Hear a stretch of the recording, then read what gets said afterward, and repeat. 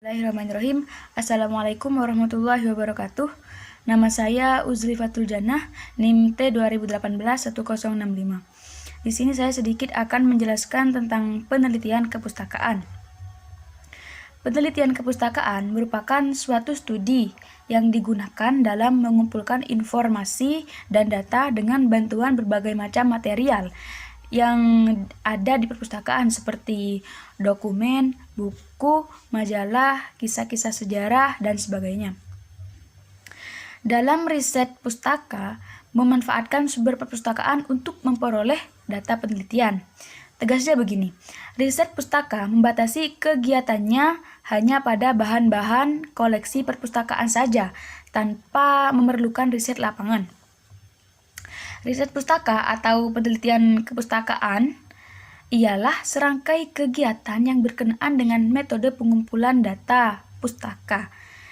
Bab ini bukan bermaksud untuk menjadikan seorang ahli perpustakaan, melainkan untuk memperkenalkan penelitian kepustakaan secara garis besar. Selanjutnya di sini ada kegiatan dan langkah-langkah penelitian kepustakaan. Yang pertama yaitu kegiatan penelitian kepustakaan. 1. Mencatat semua temuan. 2. Memadukan segala temuan baik teori atau temuan baru. Yang ketiga, menganalisis segala temuan dari berbagai macam. Yang terakhir yaitu mengkritisi. Poin selanjutnya ada langkah-langkah penelitian. Dalam penelitian kepustakaan ini ada beberapa langkah-langkah penelitian. Yang pertama, memilih ide umum mengenai topik. Yang kedua, mencari informasi yang mendukung topik. Yang ketiga, pertegas fokus penelitian. Yang keempat, mencari dan menemukan bahan bacaan yang diperlukan dan mengklarifikasi bahan bacaan tersebut. Yang kelima, membaca dan membuat catatan penelitian. Yang keenam, mereview dan memperkaya lagi bahan bacaan. Yang terakhir yaitu ada mengklarifikasi bahan bacaan dan mulai menulis laporan. Poin selanjutnya di sini ada komponen penelitian kepustakaan. Ada beberapa komponen yang perlu diperhatikan dalam penelitian kepustakaan. Yang pertama yaitu jenis penelitian. Peneliti perlu menjelaskan apa jenis penelitiannya. Yang kedua, setting penelitian. Penelitian kepustakaan perlu untuk menetapkan setting penelitian. Tujuan kegiatan ini adalah untuk menetapkan di mana peneliti bisa mendapatkan data penelitian. Poin ketiga yaitu ada sumber data. Sumber data berkaitan dengan bahan-bahan yang menjadi bahan penelitian. Bahan penelitian tersebut berkaitan dengan topik yang akan diteliti. Poin yang selanjutnya yaitu ada teknis dan instrumen pengumpulan data. Pada bagian ini, peneliti harus menjelaskan dengan cara apa data diperoleh dan instrumen apa yang digunakan dalam memperoleh data tersebut. Mungkin hanya itu pemaparan dari saya tentang penelitian kepustakaan. Kurang lebihnya mohon maaf. Wassalamualaikum warahmatullahi wabarakatuh. Assalamualaikum warahmatullahi wabarakatuh. Perkenalkan, nama saya Siti Nurlaila, NIM T 2018-1059. Di sini saya akan menjelaskan tentang study text. Study text itu apa sih? Study text itu pada dasarnya merupakan sebuah analisis yang mengkaji teks secara mendalam, baik mengenai isi dan maknanya ataupun struktur dan wacana. Study text, study atau analisis teks itu biasanya lebih mencakup kepada penelitian kualitatif, karena di dalam penelitian kualitatif itu lebih banyak pembahasannya. Studi atau analisis teks ini merupakan metodologi yang sangat menarik dan berkembang sesuai dengan perkembangan teks sosial dan kemanusiaan. Analisis teks ini jika dikaji secara mendalam, analisis teks bisa melahirkan sebuah lahan diskusi, karena tiap pendapat orang tentang sebuah teks itu pasti berbeda-beda antara satu dan yang lainnya.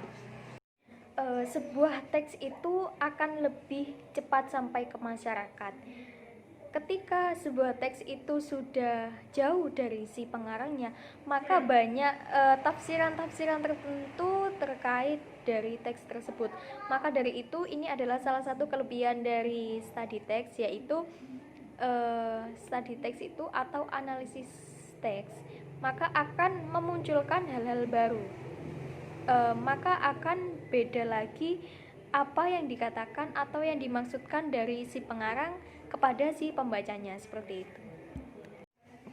Selain itu, studi atau analisis teks itu juga memiliki manfaat dan tujuan tersendiri. Salah satunya apa saja? Yang pertama yaitu peneliti itu akan mengetahui dengan pasti apakah permasalahan yang dipilih atau dipecahkan melalui penelitian ini benar-benar belum pernah dipakai pada penelitian terdahulu, sehingga penelitian ini bukan sekedar meneliti tanpa arti, seperti itu. Yang kedua yaitu dengan mengadakan kajian literatur, peneliti dapat mengetahui masalah-masalah yang lain yang mungkin saja lebih menarik dibandingkan dengan masalah yang telah dipilih pada zaman dahulu. Ya baik teman-teman, cukup sekian dari saya, kurang lebihnya saya mohon maaf yang sebesar-besarnya. Jika kurang paham bisa ditanyakan pada sesi pertanyaan. Sekian dari saya, wassalamualaikum warahmatullahi wabarakatuh.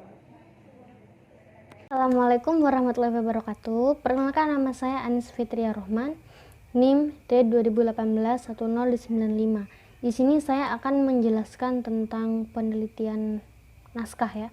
Naskah dalam konteks fisiologi adalah sebuah bahan tulisan peninggalan nenek moyang yang terdiri atas kertas, lontar, kulit kayu, dan rotan.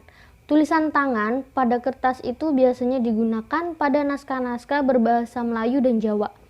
Lontar banyak digunakan pada naskah-naskah berbahasa Batak. Oke, next.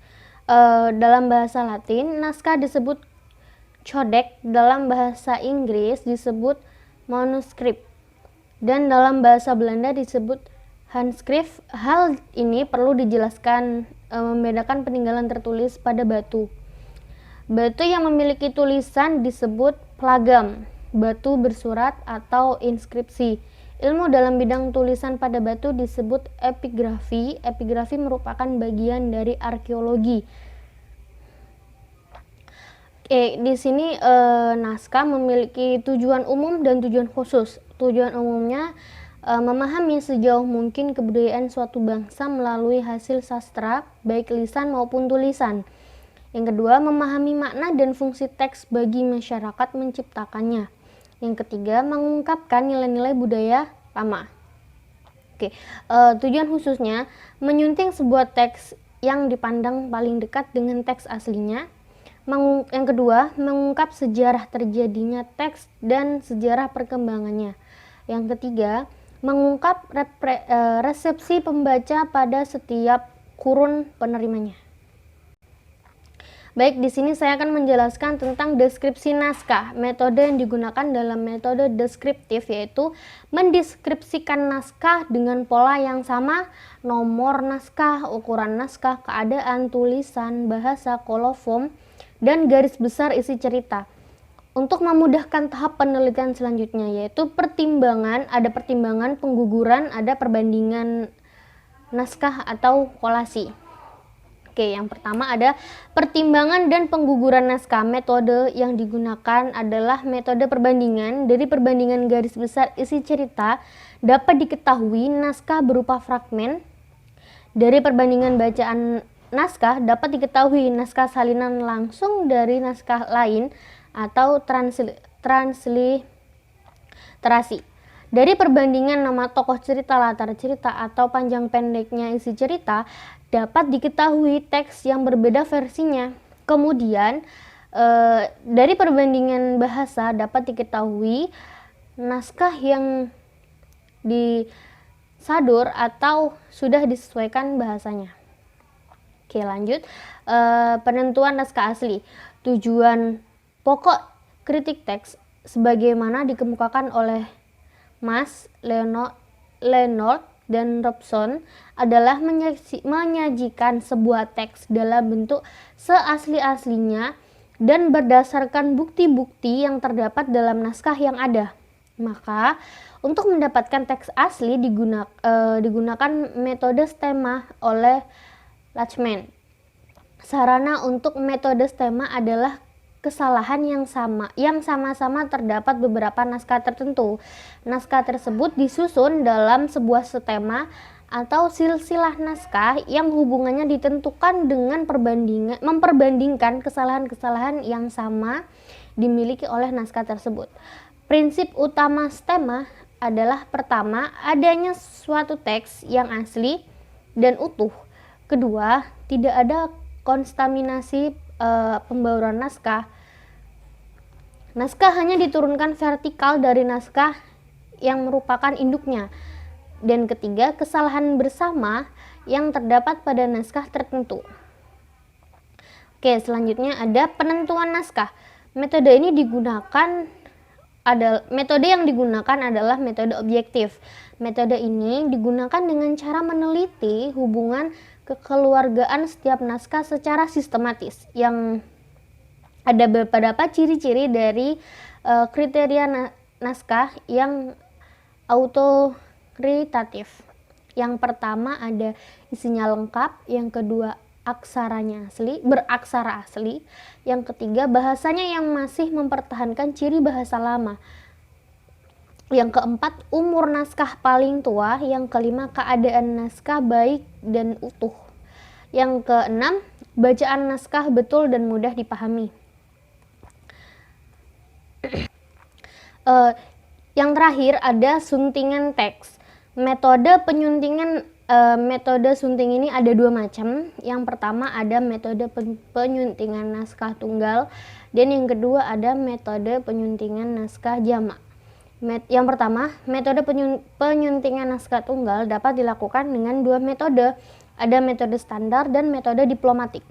Metode standar digunakan apabila isi naskah dianggap sebagai cerita biasa, bukan cerita yang dianggap suci atau penting dari sudut agama atau sejarah, sehingga tidak diperlakukan secara khusus atau istimewa. Tujuannya untuk memudahkan pembaca atau peneliti membaca dan memahami teks tersebut. Yang untuk metode diplomatik itu misalnya isi cerita dalam naskah tersebut dianggap suci atau penting dari segi sejarah, kepercayaan, atau bahasa, sehingga diperlukan perlakuan khusus. Yang selanjutnya ada metode penyuntingan naskah jamak. Metode penyuntingan naskah jamak ini juga terdapat penyuntingan teks terdapat dalam dua naskah atau lebih, dapat dilakukan dalam 4 metode, yaitu pertama metode intuitif, yang kedua objektif, yang ketiga gabungan, yang keempat ada metode landasan. Metode gabungan digunakan apabila tafsiran nilai naskah semuanya hampir sama, yang satu tidak lebih baik daripada yang lain. Kelemahan metode ini adalah teks yang disajikan merupakan teks baru yang menggabungkan bacaan dari semua naskah yang ada, sehingga dari segi ilmiah agak sulit mempertanggungjawabkan. Sedangkan metode landasan digunakan apabila tafsiran nilai naskah jelas berbeda, sehingga ada satu atau sekelompok naskah yang menonjol kualitasnya setelah diperiksa dari sudut bahasa, sastra, sejarah, dan yang lain. Tujuan metode landasan ini adalah untuk mendapatkan teks yang autoritatif dan untuk membebaskan dari duplikat yang disalahgunakan seperti itu. Sekian dari saya, bila ada kurangnya mohon maaf. Wassalamualaikum warahmatullahi wabarakatuh. Assalamualaikum warahmatullahi wabarakatuh. Perkenalkan, nama saya Emang Yudi, NIM T 2018-1073. Di sini saya akan menjelaskan tentang penelitian buku dalam mata kuliah metode penelitian kualitatif. Penelitian buku ini tidak sepenuhnya adalah tentang penelitian kepustakaan, namun sumber datanya berupa analisis isi terhadap buku-buku yang menjadi bahan ajar di sekolah. Contoh adalah analisis yang berkenaan dengan pendidikan yang dikemukakan oleh Ari Kunto. Yang pertama adalah penelitian yang bertujuan untuk mengetahui kecenderungan penggunaan istilah atau kata-kata dalam buku yang sedang beredar di pasaran. Bisa juga mencari interrelasi antara beberapa variabel isi atau hubungan antara isi variabel dalam penelitian yang sama. Yang kedua adalah penelitian yang dilakukan oleh peneliti untuk mengetahui seberapa banyak materi yang diteliti. Misalnya, psikologi digunakan dalam buku-buku rujukan, dan juga metodologi penelitian. Yang ketiga, penelitian ini dilakukan untuk mengembangkan bahasa. Kebanyakan penelitian ini ada pada di bidang pendidikan, yang dimaksud untuk mencari jawaban atas hal-hal yang berhubungan dengan analisis materi. Dan yang terakhir, keempat, penelitian ini meninjau relevansi antara kurikulum dengan buku pelajaran.